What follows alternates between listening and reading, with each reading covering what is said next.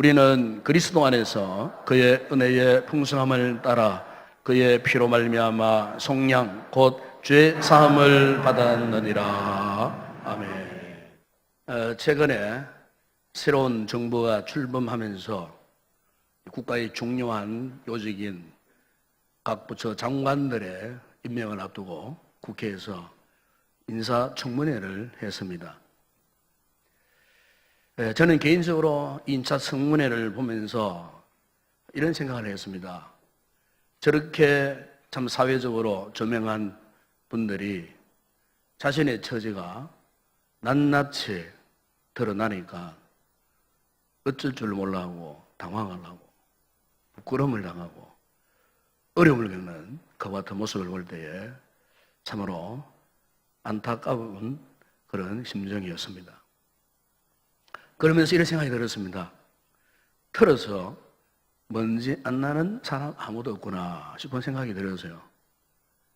저토록 사회적 명망가일수록 그 사람의 인격이 공개적으로 이렇게 드러나고 그동안에 살아왔던 그분들의 이 도덕성이 실체적으로 드러나니까 과연 참 그동안 참 숨기고 살아온 것들이 얼마나 많았을까? 그래서 삶의 거품들이 얼마나 많았을까 하는 그런 생각을 했습니다. 그러면서 저는 이런 생각을 했어요. 만일 우리 인간들에 대해서 오늘 나에 대해서 오늘 우리들에 대해서 하나님께서 나를 세워놓으시고 털기 시작하시면 우리가 얼마나 많은 그동안에 숨겨놓았던 허물, 실수한 것, 죄들이 얼마나 덜 주어질까? 우리는 그동안 우리 스스로가 꽁꽁 숨겨놓고 살았습니다마는 하나님께서 만약에 나를 세워놓으시고 추궁을 하신다면 과연 내가 그 추궁을 견뎌낼 수가 있겠는가? 우리가 구약의 욥기서에 보게 되면 욥은 그야말로 의인이었습니다. 정말 그는 성결된 삶을 살았던 사람이었습니다. 그런데 어느 날 마귀의 고자질로 인해 갖고 욥이 참 어떻게 보면은 굉장히 억울한 그런 고통을 당하고 있었어요. 하나님 앞에서 그렇게 의인답게 살았던 그 욥도 인간적으로 세움을 받으니까 마귀가 그냥 그를 두지 아니하고 온갖 고자질로 그렇게 그를 괴롭게 했던 그와 같은 모습을 우리가 볼 수가 있지 않겠습니까? 만약 하나님께서 우리를 그렇게 세우셔서 우리에 대한 그동안에 잘못된 그 모든 허물들을 덜쳐내시고 이렇게 청문회 하듯 이렇게 꾸짖고 지적하신다면은 과연 우리가 어떻게 그 같은 상황을 견뎌낼 수가 있을 것인가? 그러나 이것은 사실 앞으로 있을 실제적인 상황이라고 성경은 말씀하고 있어요. 사도 바울이 여러분 고린도서 5장 10절에서 말씀했습니다. 이는 우리가 다 반드시 있는 일을 이야기하는데 어떤 일이 있느냐면은 그리스도의 심판대 앞에 나타나게 되어 각각 선악간에 그 몸으로 행한 것을 따라 받으려 함이라. 그랬어요. 하나님께서 이 세상의 마지막 날에 이 세상을 심판하시는 날에 바로 그때에 전 인류가 우리의 행동한 것, 우리의 말한 것, 생각한 것, 우리의 감추어 놓고 숨기고 덜쳐내지 못했던 우리의 모든 죄악상 이런 것들이 마지막 날에 마지막 심판대에 그 부분 앞에서 심판받는다는 겁니다. 심판. 소위 천국의 청문회가 반드시 열린다는 거예요. 그 누구도 이 청문회를 피해갈 자가 아무도 없다는 거예요. 단순히 이 땅에 있을 때에 이 땅에 뭐 국회 청문회 같은 경우에는 뭐 부동산 투기 아니면 위장전입 뭐 이 정도로 이야기했지만은 그러나 여러분 우리가 만약에 장차 있을 하나님의 천국의 청문 앞에 섰을 때는 우리 속에 감춰 놓았던 그 5만 가지 죄들이 다 드러나는 거예요. 그 죄악상 앞에 우리가 얼마나 부끄러운 수치를 당하겠습니까? 어쩔 줄 몰랄 것이고 두려움 속에서 부끄러움 속에서 절망할 수밖에 없는 그 같은 상황이 마지막 날에 마지막 때에 하나님의 심판의 때에 반드시 있다는 거예요. 그러나 여러분, 성경은 우리에게 분명히 말씀합니다. 예수 그리스도를 나의 구주로 고백하고 영접하며 구원받은 하나님의 자녀, 오늘 우리 성도들에게는 이 무서운 심판을 피할 수 있게 해주신다는 거예요. 피할 수 있는 그 축복의 통로를 하나님께서 만들어 놓으신다는 겁니다. 그래서 이미 우리가 지난 주일날도 말씀을 묵상했지만은 하나님께서 이 무서운 심판대 앞을 피할 수 있도록 하나님께서 우리를 이미 창세전에 예정하시고 예비하시고 택하시고 부르시고 당신의 양자 하나님의 아들로 삼아주셨다는 겁니다. 이 무서운 심판대를 피하도록 하시기 위해서. 여러분, 오늘 우리가 하나님 앞에 예배를 드립니다. 왜 우리가 찬양을 하며 눈물을 흘리며 하나님 앞에 감격하며 기뻐하며 말씀을 들을 때에 정말 우리가 그 기쁨 감출 없어서 하나님 앞에 영광을 돌리는 이 거룩한 예배의 자리에 나와 있습니까? 바로 그것은 하나님께서 이 놀라운 축복과 은혜를 베풀어 주신 것을 기억하고 너무너무 감사해서 오늘 우리가 이 거룩한 예배의 자리에 나와 하나님 앞에 예배 드리는 것 아니겠어요? 그런데 오늘 우리 본문을 보게 되면은 이 같은 하나님의 절대적인 이 축복과 은혜를 입은 우리가 앞으로 더욱더 온전한 삶을 살기 위해서 우리 모두가 반드시 넘어가야 할 장벽이 있어요. 그 장벽이 뭐냐면은 죄 문제예요, 죄 문제. 정말 이것은 여러분, 우리 신앙생활에서 정말 중요한 문제예요. 이 문제를 해결하지 않고서는 절대로 그 누구도 하나님 앞에 아들로서 당당히 설 수 없어요. 하나님 우리를 아들로 삼으셨다고 할지라도 이 죄 문제 해결하지 않으면은 하나님과 우리와의 이 부자관계가 온전해질 수가 없어요. 그렇기 때문에 하나님 입장에서는 이 죄 문제는 반드시 해결하시기로 결정하신 거예요. 반드시 이 죄 문제를 처리하지 않으면 그 누구도 하나님과의 온전한 영적인 삶, 신앙의 삶을 살아갈 수 없다는 거예요. 그래서 우리가 창세기 보게 되면은 하나님께서 우리 인간을 창조하셨을 때에 우리 인간을 아주 도덕적이고 인격적인 존재로 만들어 주셨어요. 그게 뭐냐면 바로 자유의지를 주셨다는 겁니다. 우리 인간에게 독자적으로 선과 악을 선택할 수 있는 자유의지를 주신 거예요. 그 자유의지를 통해 갖고 하나님 앞에 순종할 수도 있고 또 반대로 하나님의 뜻을 거역할 수도 있는 거예요. 한마디로 우리를 하나님께서 인격적으로 대우해 주셨다는 겁니다. 여러분, 우리가 이 사실을 쉽게 이해하기 위해서는 우리 아이들을 키웁니다. 아이들이 자라가지고 이제 학교에 갑니다. 그동안에 학교에 들어가게 되는 엄마가 아이들의 방을 일일이 다 청소해주고 아이들의 책상도 다 정리해주고 다 했어요. 어느 날 이제 아이가 학교에 입학을 하게 되었어요. 아이를 따로 불렀어요. 가르치는 겁니다. 얘야, 이제부터는 네가 자라가지고 학교에 들어가게 되었으니까 오늘부터는 네 방을 네가 알아서 청소해라. 그리고 네 책상도 네가 알아서 잘 정리해둬라. 그동안 엄마가 하는 거 잘 보지 않았느냐? 엄마를 따라가고 잘 해라. 이렇게 지시하고 맡겼어요. 처음에는 아이가 엄마가 했던 평소 모습처럼 열심히 청소도 하고 책상 정리도 잘 했어요. 아이가 이제 한 학년 올라가다 보니까 이제 점점 그걸 잊어버리는 거예요. 나중에는 청소도 하지 않아요. 책상도 정리하지 않아요. 나중에는 그야말로 엉망이 되어버린 거예요. 여러분, 엄마가 아이에게 그것을 가르치고 명령을 했을 때에 이 아이가 끝까지 잘할 것이다 라는 것을 알고 시켰을까요? 안 돼요. 가르치려고. 여러분, 하나님께서 우리 인간을 창조하시고 에덴 동산을 맡겨주셨어요.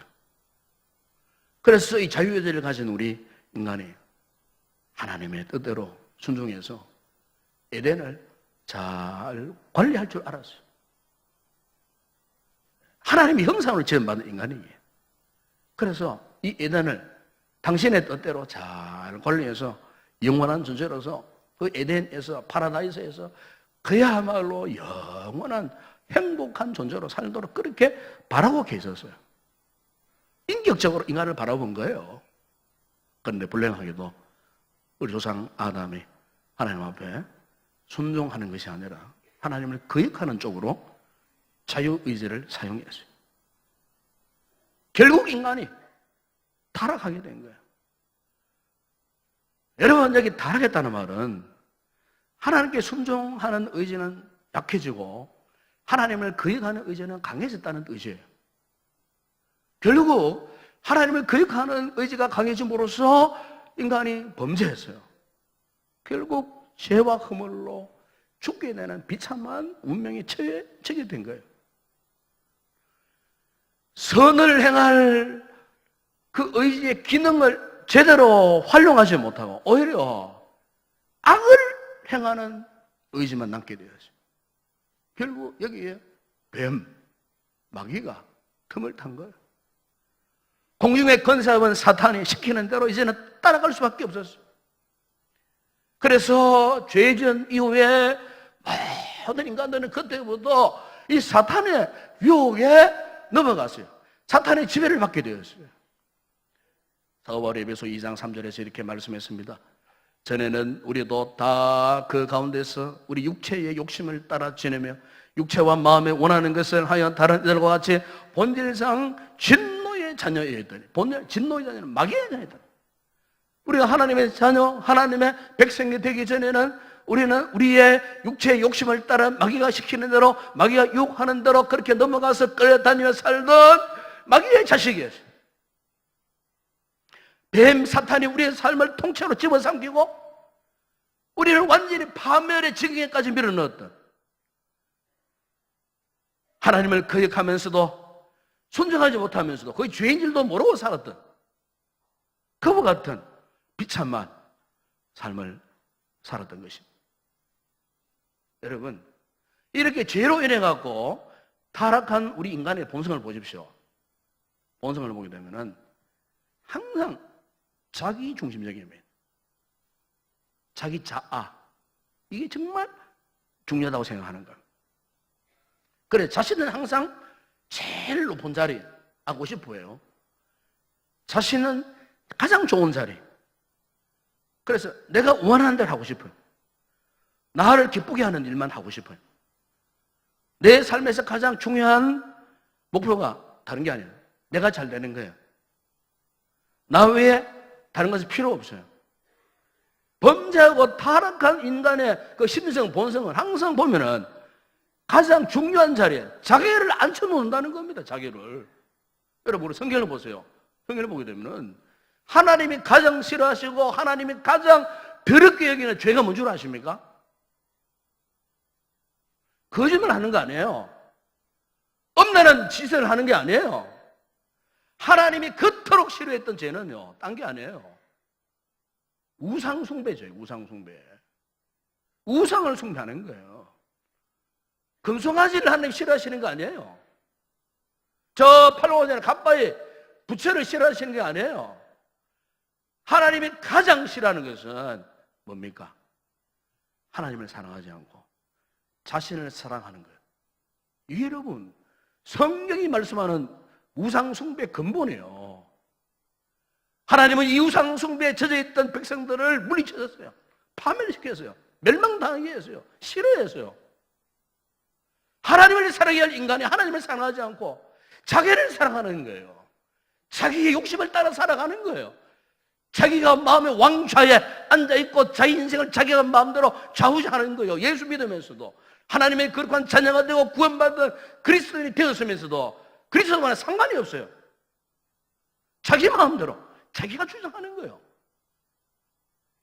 이게 여러분 하나님이 가장 싫어하시는 우상숭배 죄라는 것을 여러분 잊지 마시기 바랍니다. 바로 이 죄를 갖고 있으면은 결국 자연스럽게 하나님과의 관계가 단절되어질 수밖에 없어요. 예수 믿으면서도 교제가 단절되어버린 이유가 뭔 줄 아십니까, 여러분? 그것 때문에 그런 거예요. 예수 믿으면서 날마다 살아가는 모습 스타일이 저 사람과 하나님 원수 같은 모습으로 살아가. 하나님과 친구가 되고 하나님과 짝이 되고 주님의 내 안에 내가 주님 안에 살면서 정말로 성령님의 교제적인 은혜 속에 살아가야 되는데 저 사람은 과거에 예수 믿기 이전의 모습과 똑같은 모습으로 하나님과 원수처럼 살아가는 거예요. 늘 형제를 미워하고 시기하고 질투하고 좋은 말에 입에서 안 나오고 날 남을 비방하는 말이 나오고 속이는 말이 나오고 남의 마음에 상처를 주는 그런 입술로만 가지고 살아가는 완전히 마귀의 자식 같았던 그와 같은 모습으로 이 교회 안에서도 예수를 믿는다 하면서도 그렇게 살아가는 분들이 없잖아. 있다는 그 말이에요. 사실 우리가 믿는 생각하면은 이런 부분에 대해서 딜레마에 빠집니다. 딜레마에. 유명한 C.S. 루이스가 그 책에서 우리 인간에게는 존재론적 딜레마가 있다고 그랬어요. 이게 무슨 말이냐면은 하나님과 함께 거할 수도 없고 그렇다고 해서 하나님 없이도 살 수 없는 존재.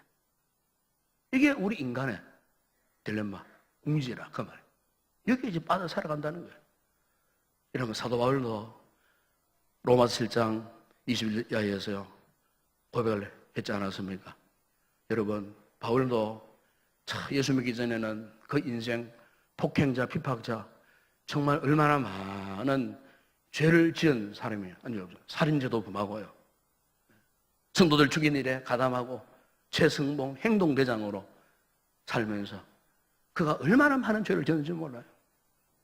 그가 어느 날 예수 그리스도를 믿었어요. 영접을 했어요. 그런데 아직까지 그가 해결을 받지 못한 게 있었다 그 말이에요. 21절에서 고백합니다. 그러므로 내가 한 법을 깨달았노니 곧 선을 행하기 원하는 나에게 악이 함께하는 악이 예수 믿고 난 이후부터 지금 내 마음에 뭔가 악의 요소가 지금 뭔가 지금 그것이 끓이고 있는 거예요. 내 속 사람으로는 하나님의 법을 즐거워하되 내 지체 속에 한 다른 법이 내 마음의 법과 싸웠어. 내 지체 속에 있는 죄의 법으로 나를 사로잡는 것을 보는도다. 지금 내 마음속에 예수 믿는데도 왠지 모르게 내 마음에 내 심령 가운데 나를 눈만 뜨면 이와 같은 불협화음이 일어나고 이와 같은 충돌이 일어나면서 영적인 고통, 이 신앙적인 갈등 속에 살아갔다 그 말이에요. 그래서 그가 고백하잖아요. 오라 나는 공고한 사람이로다. 이 사망이 이 사망에서 누가 나를 건져내랴. 문제는 이 같은 이 죄성에 대한 이 딜레마에 빠진 우리 인간에게는요, 이 문제를 우리 스스로 해결할 방법이 없다는 거예요. 그래서 사람들은 이런 생각을 하죠. 그래도 남보다 좀 선하게 살고 착하게 살고 아니면은 어떤 고행을 하면서 도를 닦으면은 내가 조금 더 남보다 정화나 상관없이 거룩한 모습으로 살 수 있지 않겠나? 어떤 사람은 자신의 발목을 꽁꽁 묶어 놓습니다. 옛날 중세시대에는요, 이 재화에 거리를 두기 위해서 수년 동안 쇠사슬을 가지고 온몸을 둘둘 감아가지고 그것도 땅에 살면 안 되니까 나무 꼭대기에 올라가가지고 그렇게 살면서 수도 생활을 했던 분들도 있어요. 재화 단절을 하고 싶어서. 그래서 자신의 인간의 힘을 쭉 동원했지만 다 실패하고 말았어요. 여러분 요즘 우리 세대를 보면은 이 죄의 고통을 해결하기 위해서 사람들이 몸부림을 치는데요. 그 몸부림치는 가운데 하나가 어떤 걸 하는 줄 아십니까? 명상을 합니다. 명상. 명상이라는 게 있어요. 유명한 불교의 성제 가운데 법정 성녀가 쓴 책 가운데에 오두막 편지라는 책이 있어요. 그 책에 보게 되면은 그분이 명상에 대해서 이런 이야기를 했어요. 명상은 그냥 눈을 감고 있는 것이 아니라 자기 내면을 냉정한 눈으로 직시하는 것이라. 자기의 감정, 생각의 변화를 타인의 눈으로 쳐다보도 가만히 담담히 쳐다보는 것이다. 이렇게 하면 어떻게 되는가? 이렇게 하면은 그분이 그런 이야기예요. 모든 더러운 것이 가라앉는다. 모든 더러운 것이 조용히 가라앉는다. 명상하게 되면. 그런데 이 법정 성리의 주장에서 더 많은 오류가 이거예요. 모순이 이거예요. 가라앉는다. 이 말이에요. 가라앉는다. 마치 흙탕물을 가만히 두면은 더러운 흙의 찌꺼기가 가라앉으면은 수면은 맑아지잖아요. 네, 그걸 이야기하는 거예요. 그걸 두고 뭐라고 표현하냐면은 평정이다, 평정. 그래서 이 같은 우리 마음에 평정을 회복하면은 모든 죄를 처리할 수 있다는 거예요. 그 사람 이야기예요. 여러분, 옳은 이야기입니까? 틀린 이야기예요? 여러분, 만약에 한번 생각해 보세요. 맑아져 있는 그 물에 숟가락으로 한번 휘저어서 보세요. 어떻게 됩니까? 벌레의 모습으로 찌꺼기들이 다 올라오게 되어 있어요. 벌레의 흙탕물로 다시 돌아온다 그 말이에요. 진짜로 맑은 물이 아니었다는 겁니다. 여러분, 오늘 우리의 이 죄 문제도 똑같은 거예요. 평정을 회복하고 뭐 깊은 명상에 쳐들면은 모든 죄 문제가 처리될 것이다. 그 죄를 극복할 것이다. 천만에요. 절대로 그렇게 안 돼요. 본래의 죄악의 속성이 언젠가는 우리의 심령의 표면을 뚫고 떠오르는 거예요. 그래서 우리의 삶을 송두리째 지배해버리는 거예요. 이게 죄악의 근성이에요. 어떤 명상으로도 어떤 도를 닦아도 죄 문제를 절대로 그런 인간적인 방법으로는 해결할 수 없다는 겁니다. 최근에 또 어떤 방법이 있느냐면 인간의 뇌세포에다가 기억을 촉진시키는 효소, 이 효소의 활동을 이렇게 뇌에다가 주입시켜버리면은 필요 없는 불필요한 기억을 지워버릴 수 있다는 거예요. 이게 이제 미국 뉴욕 주립대학에서 연구를 해서요. 실제 이 효소 물질을 개발해가지고 이제 생쥐에다가 시험을 했어요. 시험을 하니까 정말로 생쥐 내에 있는 과거의 일부분의 이 기억이 사라지더라는 거예요. 앞으로 이제 이것이 이제 개발되면은 사람들의 뇌 속에다가 이런 효소 물질을 주입시켜갖고 불필요한, 필요 없는 이런 생각들을 지울 수 있다는 그 말이에요. 여러분, 아주 위험한 발상이에요. 과연 여러분, 사람이 자신의 기억을 지워버린다고 그 죄의 고통에서 과연 벗어날 수가 있느냐 하는 거예요. 성경은 절대로 그렇게 될 수 없다는 겁니다. 예를 들어서 여러분, 만약에 암덩어리를 가진 환자가 어느 날 필요 없는 기억을 지워버렸다. 예를 들면 기억 사슬증이 빠졌다. 그걸 기분이 좋아졌다. 정말로 그 사람이 행복한 사람이 되겠느냐 그 말이에요. 그 속에서 암세포는 계속해서 활성화되어질 수밖에 없어요. 기억을 지워버린다고 해서 암 환자가 암에서 벗어날 수 없는 거예요. 치료받을 수도 없다는 거예요. 여러분, 인간이 인위적인 방법으로 하는 이 모든 것들은 한마디로 속임수예요. 속임수. 오히려 큰 사람을 비참하게 만들 수밖에 없어요. 그러므로 여러분, 이 죄라는 이 독극물이 만들어내는 고통은 어떤 명상으로도 어떤 망각으로도 가라앉히거나 해결될 수가 없다는 거예요. 인위적인 어떤 수단 방법으로는 절대로 이 죄 문제에서 벗어날 수 없고 이 죄 문제를 처리할 수가 없다는 거예요. 여러분, 구약성경 예레미야 13장 2, 3절에 보시면 이런 말씀이 있습니다. 구수인이 그의 피부를 표범이 그의 반점을 변하게 할 수 있느냐? 할 수 있을진데 악에 익숙한 너희도 선을 행할 수 있으리라. 무슨 말이냐면은 구수인, 이 에티오피아인이잖아요. 흑인이잖아요. 네? 흑인이 그러면 백인이 되고 싶어하고 그러면 피부를 계속 벗겨내. 피부를 벗겨내. 유명한 여러분 죽은 그 미국의 팝 가수가 있잖아요. 예? 그분도 얼굴 흑인인데 본래는 흑인이에요. 흑인인데 백인이 되고 싶어하고 뼈급을 벗겨내고 성형하고 벗겨. 나중에 아시다시피 여러분 어떤 얼굴이에요? 허연 뭐 괴물 같은 그런 얼굴로 변해버렸잖아요. 예?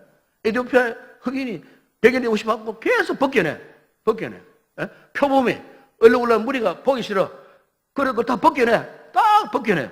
그 나중에 살점이 떨어져 나가고 뼈만 앙상하게 남을 거 아니에요? 결국은 죽을 수밖에 없는 거예요. 여러분, 죄 문제라는 것이 바로 그렇다는 겁니다. 근데 여러분, 오늘 이 성경을 보게 되면은 하나님께서 바로 이 죄 문제에 대해서 놀라운 답을 주십니다. 이건 하나님께서 우리에게 주시는 놀라운 축복이에요. 이 지독한 죄 문제, 도저히 그 어떤 방법으로도 처리되지 않는 이 불가능한 이 죄 문제를 하나님께서 어떻게 처리해 주시겠다고 말씀하셨습니까? 7절에 보십시오. 우리는 그리스도 안에서 그의 은혜의 풍성함을 따라 그의 피로 말미암아 속량 곧 죄 사함을 받았느니라.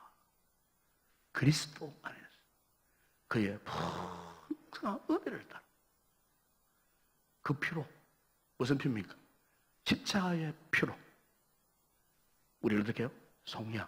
여러분 여기에 이 속량했다는 말은 이게 굉장히 중요한 말이에요. 옛날 로마 시대 때에는 이 노예 시장들이 많았어요. 당시 로마에만 하더라도 600만 명 이상의 노예가 있었다고 했으니까 요즘 우리 재래시장 보듯이 당시 로마 제국시대 로마에만 하더라도 군데 광장에서 어디 시장에서 이렇게 노예들을 살고 파는 그런 일들이 비일비재했어요. 그런데 이 속량이라는 이 말이 바로 노예를 사고 파는 그런 상업적인 단어예요. 그 단어인데, 그런데 상업적인 단어지만은 노예 시장에서 좀처럼 보기 힘든 그런 단어예요. 그게 무슨 말이냐면은 어느 한 주인이 노예를 샀어요. 그 비싼 돈을 주고 노예를 샀어요. 노예를 샀는데 노예를 사고는 그 노예를 자유인으로 선포하는 거예요. 노비 문서를 찢어버려요. 그리고 너는 이제 자유인이다. 어느 주인이 그렇게 돈을 많이 들여가지고 노예를 사가지고 노예 문서를 찢어버리고 당장 자유인으로 신분으로 바꿀 사람이 극히 드물었다는 거예요. 그래서 속량이라는 단어가 그런 뜻이에요. 그러니까 사도 바울이 하나님의 이 구원의 은혜, 모든 사람들을 예수 그리스도의 십자가의 피를 통해서 속죄함 받고 구원받은 이 하나님의 이 놀라운 어린이 축복, 이것을 무슨 말로 표현할까? 무슨 말로 표현할까? 그가 고민하다가 찾아낸 단어가 바로 이 속량이라는 단어라 그 말입니다. 속량이라는 단어. 하나님 아버지께서 죄악으로 얼룩지고 죄악으로 노예되고 죄악으로 절망하고 죄악으로 죽었던 우리들을 살려내시기 위해서 그 은혜의 축복을 우리들로 하시기 위해서 베풀어 주신 그 은혜가 뭐냐면은 속량의 은혜라 그 말이었어요. 속량. 죄악에 노예된 우리들을 다시 한번 이렇게 세우셔서 거기에서 자유케 하시고 너는 하나님의 자녀다, 하나님의 백성이다 선포하시기 위해서 끄집어낸 중요한 축복의 단어가 바로 오늘 이 본문에 나오는 속량이라는 단어였다는 것입니다. 지금 바울이 우리에게 이걸 말씀해 주고 있는 것입니다. 그래서 여러분 로마서 8장 1절에 2절에 보면은 말씀합니다. 그러므로 이제 그리스도 안에 있는 자에게는 결코 정죄함이 없나니 이는 그리스도 예수 안에 있는 생명의 성령의 법이 죄와 사망의 법에서 너를 해방하였습니다. 요한일서 1장 9절에 보십시오. 만일 우리가 우리 죄를 자백하면 그는 미쁘시고 의로우사 우리 죄를 사하시며 우리를 모든 불의에서 깨끗하게 하실 것이다. 깨끗하게 하신다고 했어요. 모든 죄에서 우리를 깨끗하게 하신다. 이번에서 8장 12절에서 말씀합니다. 내가 그들의 불의를 긍휼히 여기고 그들의 죄를 다시 기억하지 아니하리라. 여러분, 오늘 우리 9만원 성도들이 이곳에 나와가지고 찬양을 해요. 찬양을 하는데 감격적으로 기쁨으로 성령이 충만해서 눈물을 흘리며 하나님 앞에 찬양하고 예배드리는 성도들이 감격적으로 기쁨으로 하나님께 예배를 드려야 할 이유가 무엇인가? 바로 이것 때문에 하나님이 내 죄를 정말로 깨끗하게 다 씻어주셨구나. 나의 모든 죄가 진짜로 사라졌구나. 진짜로 내 모든 죄가 깨끗하게 치유되고 회복되어졌구나. 네? 하나님의 은혜로 내 모든 죄가 도망되어졌고. 여러분, 우리 신앙생활의 가장 기본 바탕, 거룩한 욕구가 어디에서 나온 줄 아십니까? 하나님이 나의 모든 죄를 용서해 주려고. 제가 과거에 첫 은혜를 받았을 때에 다른 것 때문 아니었어요. 하나님이 나의 모든 죄를 다 용서해 주셨구나. 저는요, 하나님, 이 은혜 갖기 위해서 제 젊음을 드리겠습니다. 제 청춘을 바치겠습니다. 제 일생을 드리겠습니다. 앞으로 내 평생 예배하는 자의 삶을 살겠습니다. 저는 다른 거 안 해요. 하나님이 나 같은 죄인 살리신 이 주님의 은혜가 너무 놀라워서, 속죄함 받은 은혜가 너무 감격스러워서, 기뻐서 하나님 내 인생을 주님께 바칩니다. 주님께 드리겠습니다. 평생을 내가 주님 날 위해서 내가 살겠습니다. 세상 꿈 다 접어버리고 다 던져버리고 온전히 주를 위해 살겠다고 저는 그리 고백했어요. 여러분, 오늘 우리 신앙생활의 가장 근본 첫 출발이 딴 거 아니에요. 죄인된 나를, 죄악된 나를 예수님이 나를 위해 죽어주셨구나.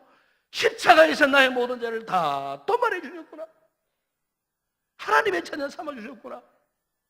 여러분, 우리가 이 속죄의 은혜, 이 속량의 은혜를 깨달아야 우리가 비로소 하나님의 사람으로 진짜 그리스도인으로서 믿음의 삶을 살아갈 수 있는 거예요. 이런 은혜가 오늘 우리 성도들이 임하기를 바랍니다. 하나님의 사랑이, 하나님의 크고 놀라운 사랑이 우리를 이렇게 만들어 놓으셨다는 겁니다, 여러분. 제가 몇 해 전에 어떤 TV 프로그램 가운데, 아마 여러분 잘 아시겠지만 세상에 이런 일이라는 프로그램이 있어요. 아직도 제가 기억하고 있는 게 있어요. 그때 그 프로그램 내용에 어떤 아버지의 애달픈 사연을 소개했어요. 그런데 그 아버지가 전국 방방곡곡을 돌아다녀요. 그러면서 지금까지 10년 동안 돌아다니는데 가는 곳마다 이 전단지를 계속 뿌리는 거예요. 전단지를. 자기 말로 지금까지 수백만 장을 뿌려요. 수백만 장. 그리고 가는 곳마다 현수막을 걸어놓습니다. 지금까지 수천 개의 현수막을 걸어놓았다는 거예요. 그 알고 보니까 이 아버지가 왜 그렇게 했냐면은 자기 동네 정류장 앞에서 사랑하는 딸, 그 당시에 고등학교 2학년 여학생이었어요. 아주 이쁜 딸이었어요. 그 딸이 버스 정류장에서 실종돼 버려요. 하나밖에 없는 딸, 그것도. 아버지가 대성통곡을 하면서 울고, 그래서 그 딸이 죽었는지 살았는지 알 수 없는 그 딸을 찾기 위하고 세월이 10년이 지났는데도 1톤 트럭에 호떡 기계 만들어 놔놓고, 그러니까 장날마다 전국에 돌아다니면서 팔아가지고 그게 나오면은 딸 찾는 현수막, 그걸 전단지 만들기 다 사용하는 거예요. 수백만 장 뿌리고 수천의 현수막을 걸고. 그래서 그 PD가요, 그 아빠한테 이야기했어요. 아저씨, 이제 10년이 지났는데 어떻게 딸을 찾겠다고 그러십니까? 그러니까 아닙니다. 내 딸이 살아있을 것입니다. 나는 내 딸을 정말 사랑합니다. 내 목숨이 붙어있느나 내 딸을 결코 찾아낼 것입니다. 눈물을 흘려요. 제가 그것을 보면서 저도 함께 눈물을 흘렸어요. 아마 그 당시 그것을 보는 시청자들이 다 함께 눈물 흘리지 않는 생각이 되어져요. 저게 아버지의 사랑이고, 아버지의 사랑. 요한일서 9절에 사도 요한이 말했습니다. 하나님의 사랑이 우리에게 이렇게 나타난 바 되었으니 하나님이 자기의 독생자를 세상에 보내시면 그로 말미암아 우리를 살리려 하심이니라. 보십시오. 하나님의 사랑이 그랬잖아요. 바울은 로마서 5장 5절에서 말씀했습니다. 소망이 우리를 부끄럽게 하지 아니하면 우리에게 주신 성령으로 말미암아 하나님의 사랑이 우리 마음에 부음바 되며, 하나님의 사랑이 우리 마음에 부음바 되었다고 그렇게 말씀합니다. 고린도서 5장 14절에 말씀합니다. 그리스도의 사랑이 우리를 감고 나시는도다. 우리를 사로잡는다 그 말이에요. 주님의 사랑이 우리를 사로잡아요. 여러분, 오늘 우리가 하나님의 자녀가 되고 하나님의 거룩한 백성이 되고 우리가 그동안 있었던 죄악의 딜레마에 빠져서 고통당했던 이 모든 이 죄 문제 해결의 최종의 정답은 결국 이거예요. 하나님의 사랑이에요. 하나님의 사랑이에요. 하나님의 사랑이 우리의 이와 같은 죄 문제를 해결해 주시려고 그 아들 예수 그리스도를 십자가에 못 박아 죽이시면까지 우리에게 이 같은 속량의 은혜를 베풀어 주기 위해서 여러분, 이건 여러분 기적 중에 기적 아니겠어요? 우리가 받은 축복 가운데 최고의 축복은 바로 예수 그리스도의 속량의 은혜, 이 놀라운 축복. 오늘도 우리가 이 기쁨 잊지 않고 이곳에 여러분이 나와서 하나님 앞에 찬송하고 거룩한 예배로 하나님 앞에 영광을 돌리는 중에 있는 줄로 믿습니다. 한마디로 복음이죠, 복음. 이 복음을 잊지 않고 아직도 우리 주변에 이 놀라운 이 복음의 소식을 모르는 자들이 있다면 우리가 해야 할 사명이 바로 이건 줄로 믿습니다. 놀라운 주님의 속량의 은혜, 내가 받은 이 놀라운 축복, 이것을 모르는 자들에게 전하는 이와 같은 감격과 기쁨으로 사명 감당하는 그런 복된 성도들이 되어야 할 줄로 믿습니다. 기도하겠습니다. 우리 아버지 하나님 감사합니다. 허물로 죄를 죽었던 우리들을 예수 그리스도 십자가의 그 대속하심으로 속량하여 주심으로 오늘 거룩한 하나님의 자녀 삼으시고 오늘도 이 놀라운 축복과 은혜 속에 하나님을 찬양하며 거룩한 예배의 자리에 우리를 세워주신 것, 불러주신 것 감사를 드립니다. 아버지 하나님, 이 은혜, 이 사랑 잊지 않고 내가 받은 이 놀라운 이 복음의 아름다운 축복을 믿지 않는 자들에게 전하고 우리는 이 복음의 능력에 의지해서 날마다 죄를 이기고 세상의 모든 유혹들을 이기고 믿음으로 승리하며 살아가는 복된 귀한 성도들 다 되게 하여 주시옵소서. 예수님의 이름으로 기도드리옵나이다. 아멘.